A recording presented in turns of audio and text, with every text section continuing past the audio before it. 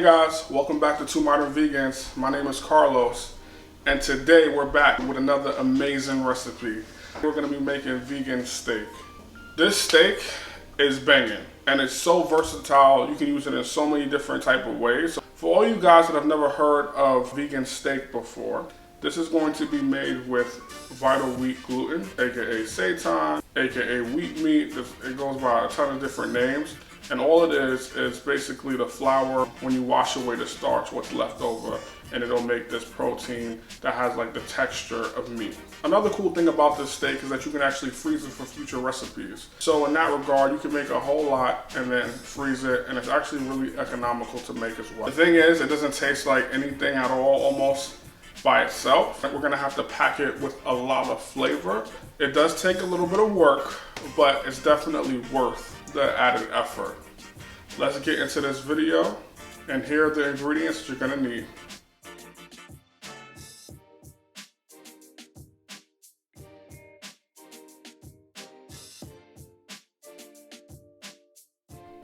Alright guys, so first we're gonna start off with 2.5 cups vital wheat gluten in a bowl, 1/4 of a cup garbanzo bean flour, and 1/4 of a cup nutritional yeast. And then we're just gonna stir that in a bowl with a spoon or a whisk, and we're going to set that aside. To a small saucepan, we're gonna add 2 tablespoons of olive oil on medium heat, 1/2 cup of chopped red onion, and about 2 garlic cloves chopped up. And all we're gonna do is that we're gonna just stir that up until it starts to turn translucent and become fragrant. And then we're gonna add that to a blender. And next we're gonna add 1/2 cup of no beef broth or vegetable broth. We're gonna add 1/2 cup of black beans. We're gonna add 1/2 cup of red wine, vegan of course. We're gonna add 1 chipotle pepper and adobo. We're gonna add 1 tablespoon of tomato paste. We're gonna add 1 tablespoon of vegan Worcestershire sauce. We're gonna add 1 tablespoon of no beef bouillon, and we're gonna add 1/2 teaspoon of salt, 2 tablespoons of liquid aminos, and now we're gonna blend. Alright, so we're gonna add the wet mixture to the dry mixture, and we're pretty much going to stir it with a spatula. And what we're gonna do is we're gonna continue to stir it basically until we can't stir it anymore. And then after we can't stir it anymore, then we're going to begin to switch to our hands. Now once you switch to your hands, again, you really just have to really get in there, and you want to basically pick up as much of the dough as possible. So you just continue to press it down repeatedly, okay?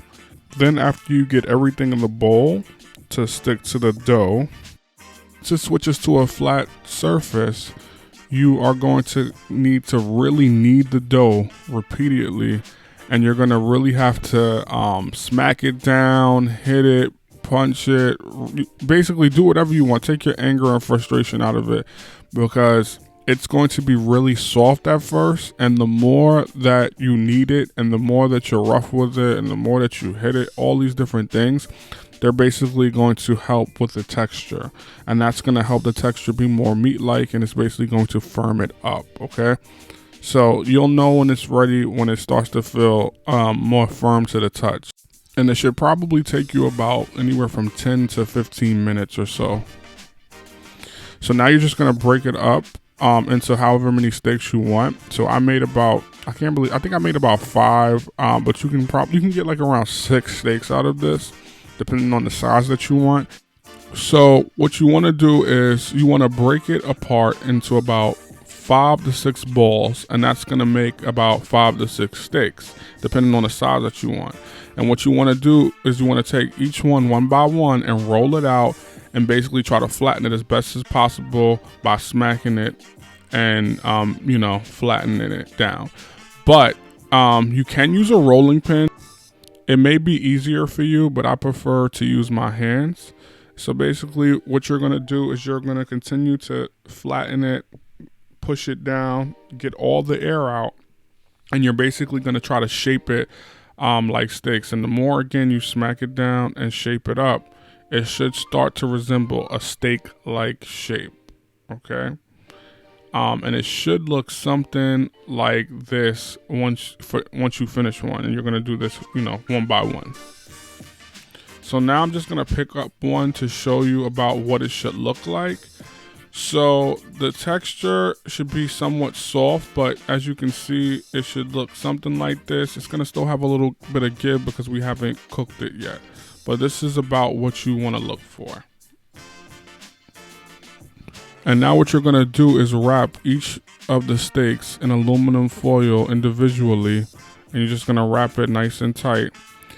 And what you're going to do is you're going to put this in a steamer. So I used a bamboo steamer, but you can use any steam basket steamer or any steamer that you have that they'll fit in. And you basically want to steam these for at least 1 hour.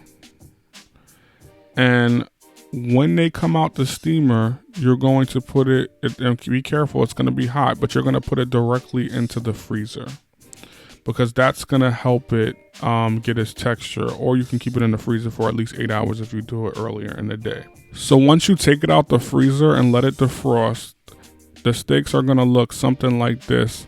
They should have a much more firm texture, and they should just be a lot more meat-like, okay?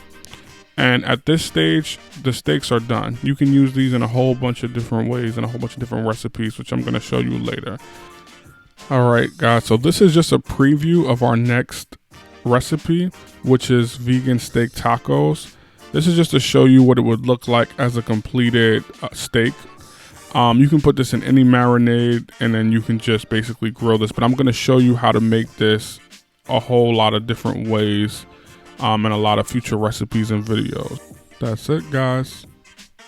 Alright guys, we hope that you guys enjoyed the video. Make sure you tag us on any pictures if you guys wind up making a steak. And there's going to again be a part 2 to this, so I can't wait to show you guys the next recipe that we have right after this. And let us know if you like it. Please don't forget to subscribe, like, share, and comment. And until next time, guys, we'll see you guys later. Bye.